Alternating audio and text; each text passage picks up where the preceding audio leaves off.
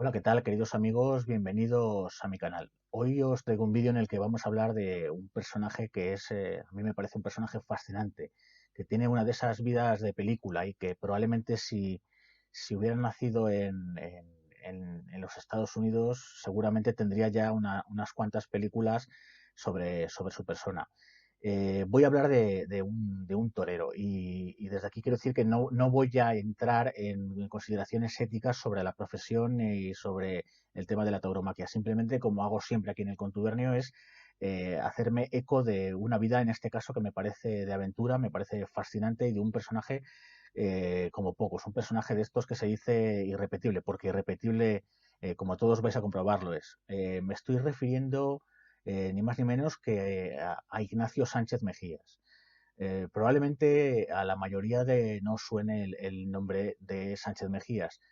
Probablemente los que sí han mirado, han estudiado la historia de la tauromaquia les suene porque es un personaje fundamental en la primera mitad, el primer tercio del siglo XX y también por su familiaridad con otras grandes figuras del toreo y por los manos en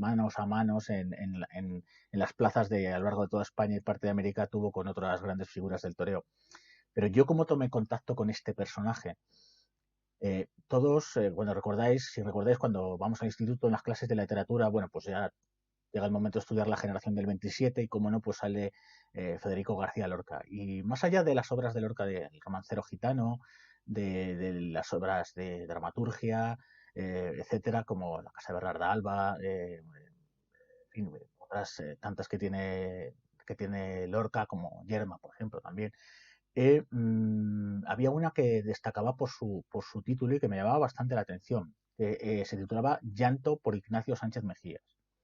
Y fijaos, hace unos días, revisando en mi propia hemeroteca, periódicos antiguos, salía un homenaje, una historia de la tauromaquia que venía por fascículos en uno de estos periódicos de tirada nacional, no recuerdo, probablemente sería el ABC. Bueno, pues aparecía, claro, la figura de Lorca relacionada con Ignacio Sánchez Mejías y este poema elegíaco que probablemente sea un canto al personaje, también un canto a la tragedia y a la muerte, que probablemente desde las poesías, desde Jorge Manrique y las coplas a la muerte de su padre, pues probablemente no se había dado en la literatura española. Por tanto, estamos aunando, como veis aquí, al personaje de Lorca con su gran obra poética y nada menos que a un torero. Pero claro, es que este personaje Sánchez Mejías es un personaje tan excepcional que, claro, encuadrarlo solo como torero, pues no sería hacerle justicia. A mí me recuerda mucho eso a los llamados hombres del Renacimiento. Como todos sabéis, pues Miguel Ángel, Rafael, Leonardo, Donatello, en fin, todos los clásicos de la época del Renacimiento italiano, etcétera, europeo, pues se dice que eran personajes, eran hombres del Renacimiento porque cultivaban todas las artes. Eran, por ejemplo, eran pintores, arquitectos, escultores. Por ejemplo, Leonardo da Vinci también tenía tratados hasta de gastronomía, ¿no? Ya contaré en otro programa que una de sus mejores aficiones, la mejor forma de relajarse era retirarse a la cocina para inventar nuevas recetas. Entonces, bueno, pues el personaje que nos ocupa, Ignacio Sánchez Mejías, también es un hombre del Renacimiento, pero en el siglo XX, y un hombre del Renacimiento, pero muy, muy a la española, lógicamente por el tema de la tauromaquia. Luego también ¿por qué digo que es un hombre del Renacimiento? Porque fijaos, aparte de ser torero, que ocupó parte de su vida, pero no toda ella, era un hombre de grandísimas inquietudes intelectuales. Por ejemplo, fue escritor, fue dramaturgo, compuso varias obras de teatro, algunas las llegó a estrenar, otras no se llegaron a poner sobre las tablas. Fue también jugador de polo, introductor de deportes anglosajones, fue también automovilista, hacía carreras de coches, y llegó a ser presidente del Betis, creo que si no recuerdo mal, el 12º presidente del Real Betis Balompié. Como veis, todo un personaje de verdad polifacético donde los haya. Y cómo no, pues un personaje de estos tiene que tener una vida también bastante peculiar y bastante apasionante.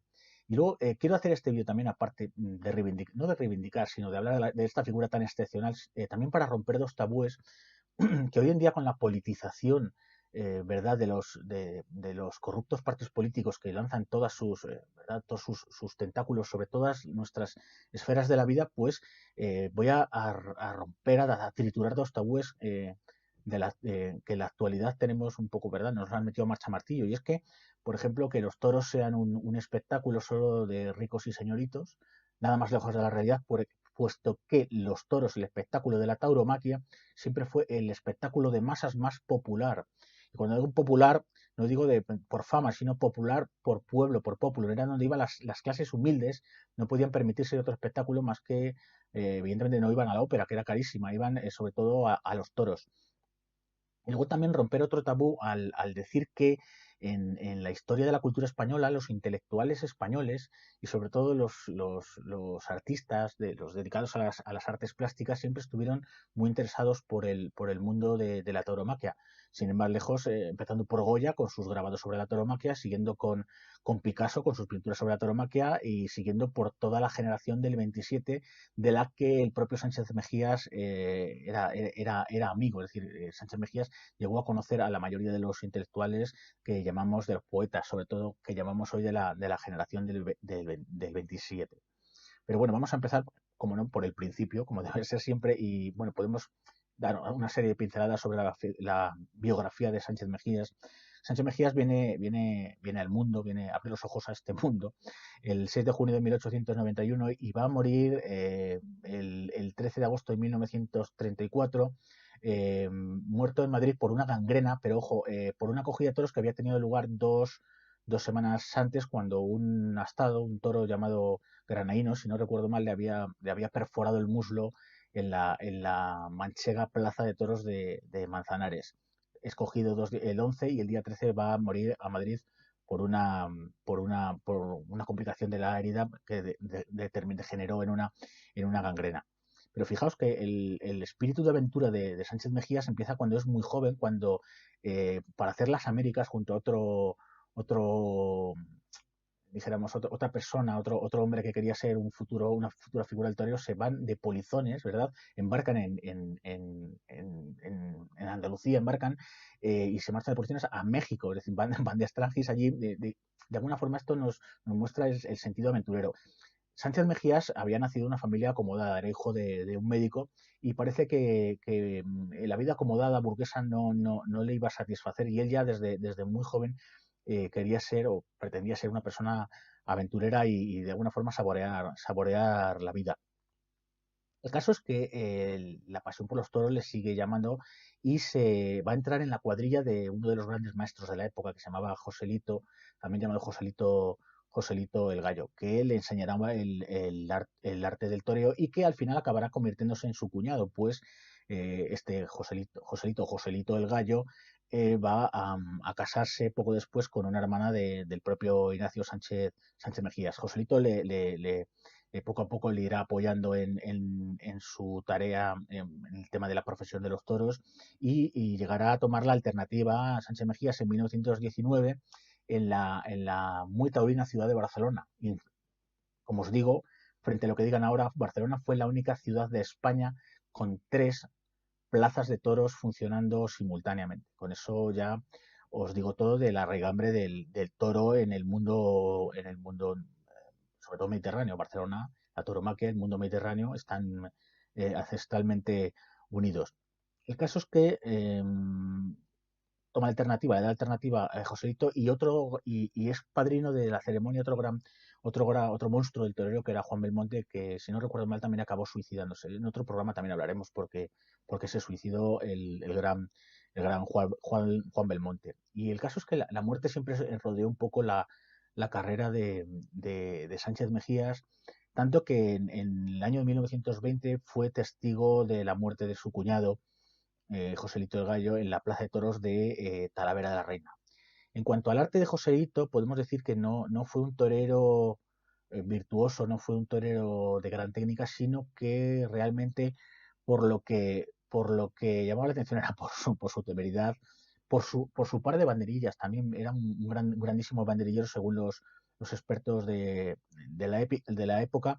Y, hombre, en su carrera taurina tuvo cierta suerte. En su primera etapa taurina llegó a cosechar algunos triunfos, pero realmente mm, pensó que no quería seguir siendo torero y que prefería dedicarse a otros menesteres. Él siempre había tenido, ¿verdad?, esa inquietud intelectual y siempre le había pesado no haber acabado los estudios, por lo que en el curso del año 28-29 se llegó a matricular en el instituto para acabar el bachillerato, en el Instituto de la Rábida de la provincia de Huelva.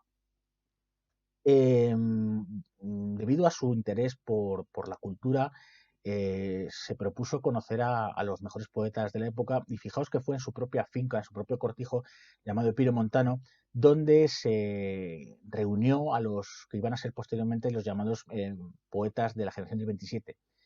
Y él, junto a un ganadero muy importante de la época, pues convocaron a estos poetas, a todos estos literatos, con la intención de celebrar, como todos sabemos, para celebrar el 300 aniversario de la muerte del poeta cordobés Luis de Góngora y Argote, que había sido muy maltratado a lo largo de la historia, sobre todo por los propios literatos, y que la generación del 27 va a venir a reivindicar. El caso es que, bueno, en la finca se llega al acuerdo de hacer una gran concentración, de hacer un gran homenaje a Góngora, ya que se llevará a cabo posteriormente en el Ateneo de Sevilla.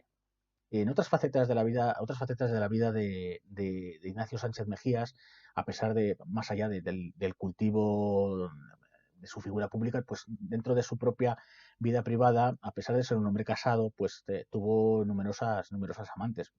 Por ejemplo, se dice que tenía un gran atractivo para las mujeres, y es que, bueno, pues, los toreros siempre tradicionalmente han estado rodeados de féminas del mundo, ¿verdad? También, un poco también, ¿verdad? Este cliché que tenemos del mundo de los toros con las folclóricas. Pues bien, va a dar con una folclórica de la que se enamora, y ella se enamora de él, lógicamente, que se llamaba La Argentinita, de una bailaora, cantaora, una folclórica de la época que tenía gran fama, no solo en España, sino también en la América hispánica.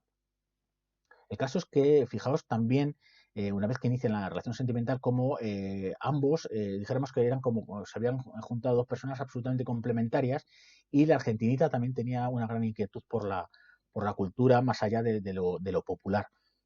El caso es que ellos dos viajan a Estados Unidos en 1929, donde dictarán una serie de conferencias sobre la cultura folclórica y sobre el mundo de los toros, y donde se reunirán con nada menos que García Lorca, que, como todos sabemos, estaba en la ciudad de Nueva York viviendo en la Universidad de Columbia, y fruto de su vivencia allí fue la famosa obra de Poeta de Nueva York.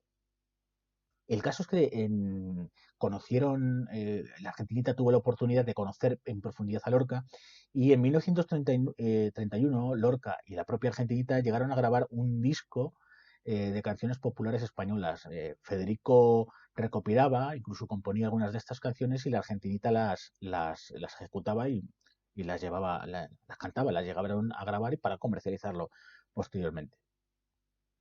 El caso es que dentro de la labor intelectual del propio Sánchez Mejías, pues está la escritura de varias obras. Algunas, como he dicho al principio, fueron obras de teatro representadas sobre las tablas, y otras no llegaron a serlo. Pero el caso es que aquí os voy a dar varios títulos. Tienen varios estrenos teatrales, como una obra que se llama Sin Razón, juguete en tres actos y prosa, que está estrenado en 1928, y otra también de algo más fama que se llama Zaya, comedia en tres actos y en prosa, que también está montada el mismo año. Y otras dos piezas que nunca llegaron a ser representadas en vida del autor, que como ni más ni menos, comedia en tres actos y en prosa, y otra que se llamaba Soledad. Sánchez Mejías llega un momento otra vez en que le pica el gusanillo del toreo. Entonces empieza, dijéramos, la segunda etapa como matador de toros, y se lanza de nuevo a los ruedos en el año de 1934. No obstante, le seguía un poco picando, le gustaba tener compañeras de cierto nivel intelectual, y empezó también una vez vuelto a los ruedos, pues empezó también una relación bastante arriesgada. Si los toros eran arriesgados por una parte, el estar en relaciones íntimas, relaciones amorosas con otras personas casadas, pues también tenía cierto riesgo, ¿verdad? Y bueno, pues empezó a verse, a tener una relación con una hispanista y que había sido biógrafa del propio García Lorca, que se llamaba Marcel Auclair. Y llegamos al final de esta segunda etapa de la vida de Sánchez Mejías en torno a la tauromaquia y lo que va a ser también el fin de su vida, de su corta vida. Fijaos, todo comienza un 11 de agosto en el que, del año 1934, en el que aceptó sustituir a otro matador de la época, se llama Domingo Ortega, como he dicho, en la plaza la plaza de un pueblo llamado Manzanares, que está en La Mancha, que está en Ciudad Real. Y el caso es que otro torero que hizo el paseillo con él aquella tarde, que se llamaba Alfredo Corrochano, nos describe cómo fue los últimos minutos en las plazas de toros del propio Sánchez Mejías. Y os leo a continuación el testimonio del propio Corrochano, que murió, bueno, no hace mucho, murió en el año 2000, si no recuerdo mal, y que recordaba perfectamente y escribió, no sé si para algún periódico, en alguna entrevista o en alguna obra de memorias, etcétera, cómo fue la muerte del propio Sánchez Mejías. Corrochano nos dice que nos habla del lance final de Sánchez Mejías y nos dice: cuando cogió la espada y la muleta fue a dar un pase en el estribo. El toro se venía un poco para adentro. El banderillero lo advirtió, le dijo: tenga cuidado, maestro, que el toro aprieta para adentro. Dice, Corrochano nos dice: lo cogió entre las tablas y le atravesó el muslo. Yo hice el quite, cuando lo cogieron iba muerto. Esa fue la primera impresión en la propia arena de Corrochano. El caso es que prosigue Corrochano diciendo: fui a verlo a la enfermería entre toro y toro. Y nos cuenta, dicen que las enfermerías están mal ahora, nos dice Corrochano, hablando de un tiempo ya más cercano a nosotros. Dice: la de Manzanares, donde fue cogido Sánchez Mejías, tenía un bote de algodón, un cacharro de yodo y otro de agua.